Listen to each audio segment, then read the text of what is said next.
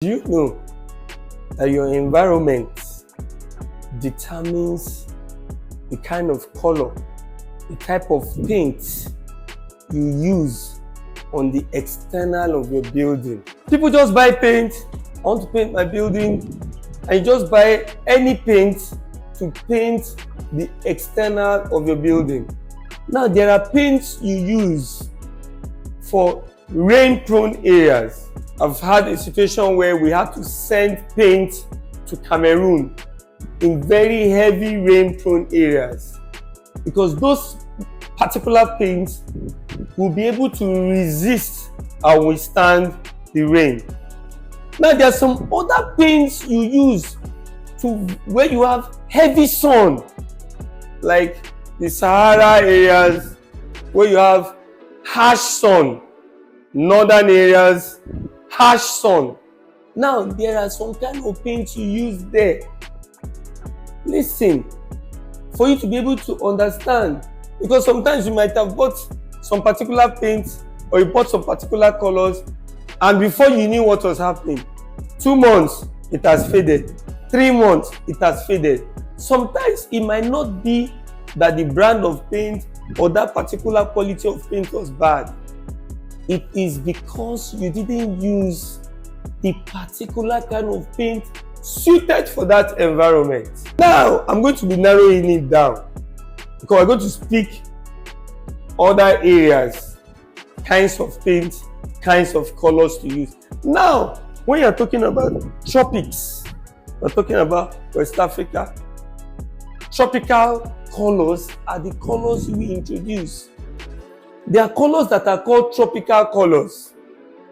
Those tropical colors naturally can withstand the sun, the heat of the sun.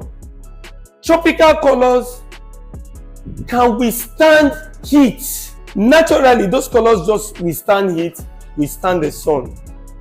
Those are tropical colors. Now, there are tropical colors you need to use for the external of any building. I've had people that went to the net and they went to get colors in snow, where we have snow-prone areas, and they brought in those colors. We've had some pink shades and they wanted to paint the external, and the person said, I just love pink. I love pink. And we now use the pink. You decided to use pink in an area that has very hot sun. Be rest assured that after some time, the pink, because it has a way of bringing in heat, what happens? It fades off. And a very beautiful pink building is now looking pale. Now, in a tropical area, which is my center of discussion today, you must go for those tropical colors like Siberian brown, rustic browns, or you're talking of nude creams, colors that can withstand heat. Now, in these colors, there are some types of paint you still have to use. Of late now, I've been seeing a lot of grays, a lot of light grays, ash colors in tropical areas. Good, but if you are using a particular kind of paint on grays, 3 months too much, it fades off. Why? There are some paints designed to withstand those particular kind of weather.